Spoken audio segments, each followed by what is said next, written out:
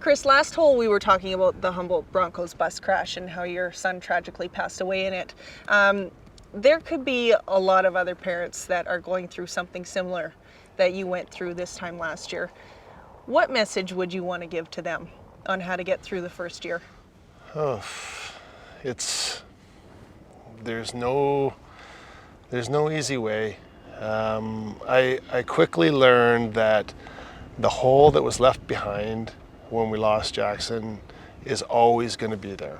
I quickly learned that. And you hear people say that the hole will shrink and you'll heal, or you hear people use the word like closure.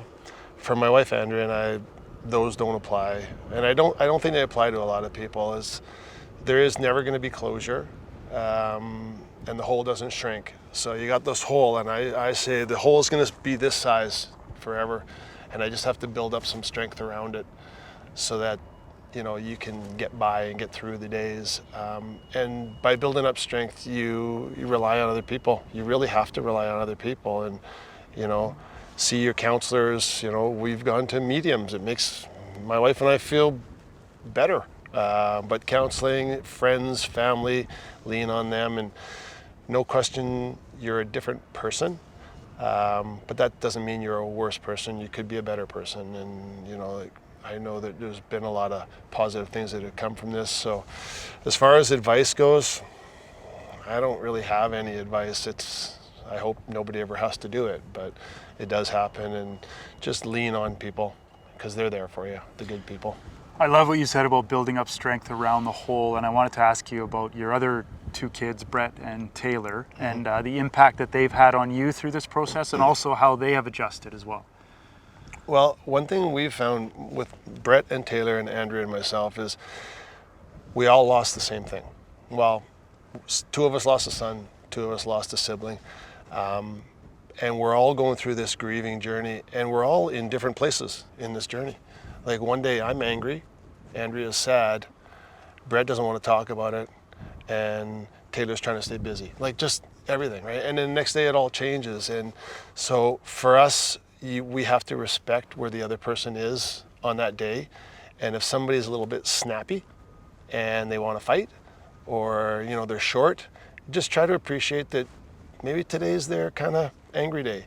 And so we try to support each other as much as we can.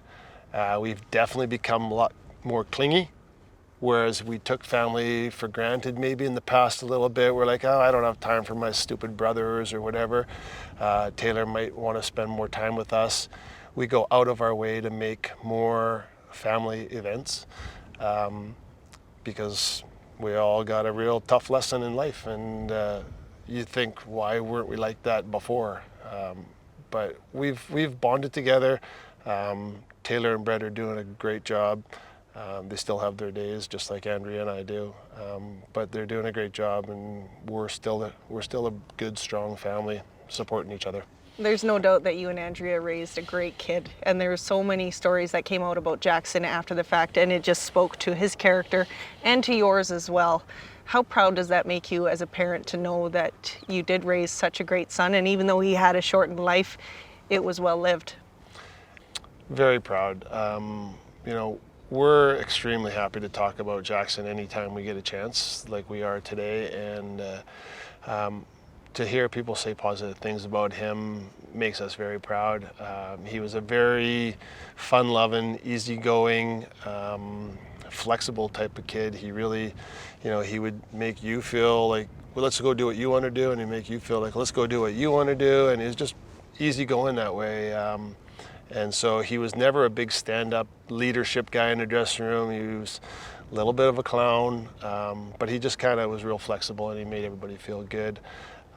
But the whole Broncos team had a group like that. They were all like that. Darcy Hogan put together a real room full of character kids, and more so to the fact now that we've met all the families, you can tell that they're coming from character families.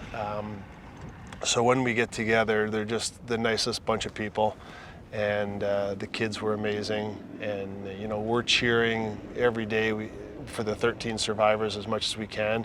We've pretty much adopted them, and we told them that we're not going away, and they know it and they love it. But yeah, we're a very tight-knit group, all of us, and we're very proud of all the kids. Awesome. Well, thank you so much for taking the time today to come out golfing with us, share your story, and it was such a pleasure to have you out here. We do have some putts to finish up here. Yes, we do. Everybody ready for this? Yep. All right, let's get back to the golf.